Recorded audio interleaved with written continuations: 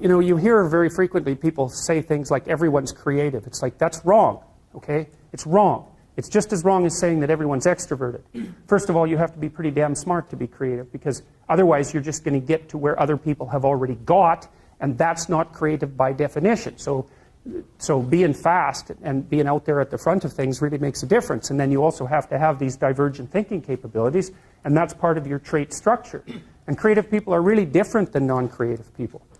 Partly because, for example, they're highly motivated to do creative things and to experience novelty and to chase down aesthetic experiences and to attend movies and to read fiction and to go to museums and to enjoy poetry and to enjoy music that's not conventional music, for example. These aren't trivial differences. And so it's a real misstatement to make the proposition that everyone's creative. It's just simply not the case. It's a matter of wishful thinking. It's like saying that everyone's intelligent. It's like, well, if everyone's intelligent, then the term loses all of its meaning. Because any term that you can apply to every member of a category has absolutely no meaning. Now, that doesn't, and the other thing you want to be thinking about here is that don't be thinking that creativity is such a good thing. It's a high-risk, high-return strategy. So if you're creative, you just try this. There's creative people in this room, man. You guys are going to have a hell of a time monetizing your creativity. It's virtually impossible. It's really, really difficult because, first of all, let's say you make an original product. You think the world will beat a pathway to your door if you build a better mousetrap. It's like, that's complete rubbish. It isn't true in the least. If you make a good creative product, you've probably solved about 5% of your problem.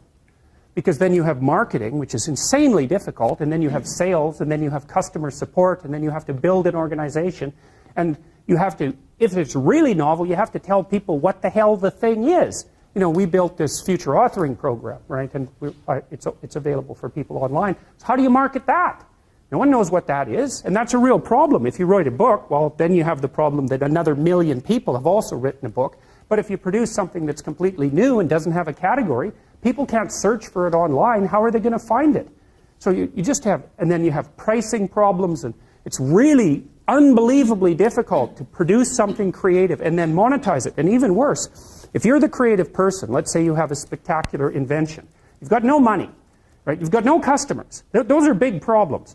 And so maybe you go and you find a venture capitalist. We start with family and friends because that's how it works. You raise money for your product. You raise money from your family and friends. That's assuming you have family and friends that have some money and that they're going to give it to you. And most people aren't in that situation. So it's a terrible barrier right off the bat. And then, of course, you're putting your family and friends at substantial financial risk because the probability that your stupid idea is going to make money is virtually zero, even if it's a really brilliant idea. And so then let's say, well, you get past family and friends and you get venture capitalists involved, because that's often the next step, or an angel investor. There's steps in building a business. Family and friends, angel investor, that's some rich guy that you've happened to meet, some man or some way who's into this sort of thing and is willing to provide you with some money to get your product off the ground. Well, how much of your product is that person going to take? Well, most of it. Most of it. And then if you get a venture, and no wonder, because, you don't have any money. How are you going to bargain for control over your product? He'll just say, well, do you want the money or not? And if your answer is no, then he'll go and do something else with his money. It's not like there's no shortage of things that you can do with your money. There's a million things you can do with it. So you're not in a great bargaining position. And then if you get venture capitalists involved, they'll take another big chunk, and maybe if they're not very straight with you, they'll just throw you out. Because maybe by that point in the company's development, you're nothing but a pain in the neck. Because what do you know about marketing and sales and customer service and building an organization and running a business? Like, you don't have a clue, so why do they need you? So even if you're successful at generating a new idea and you put it into a business, the probability that you, as the originator of the idea, are going to make some money from it is very, very low. So don't be thinking that creativity is something you would want to curse yourself with. Now, it's not all bad because it opens up avenues of experience for creative people that aren't available to people who aren't creative. But it definitely is a high-risk, high-return strategy. So the overwhelming probability is that you will fail. But a small proportion of creative people succeed spectacularly. And so it's like a lottery in some sense. You're probably going to lose. But if you don't lose, you could win big. And that keeps a lot of creative people going. But also, they don't really have much choice in it because If you're a creative person, you're like a fruit tree that's bearing fruit. So you don't really have, you can suppress it, but it's very bad for you. You know, the creative people I've worked with is if they're not creative, they're miserable, so they have to do it.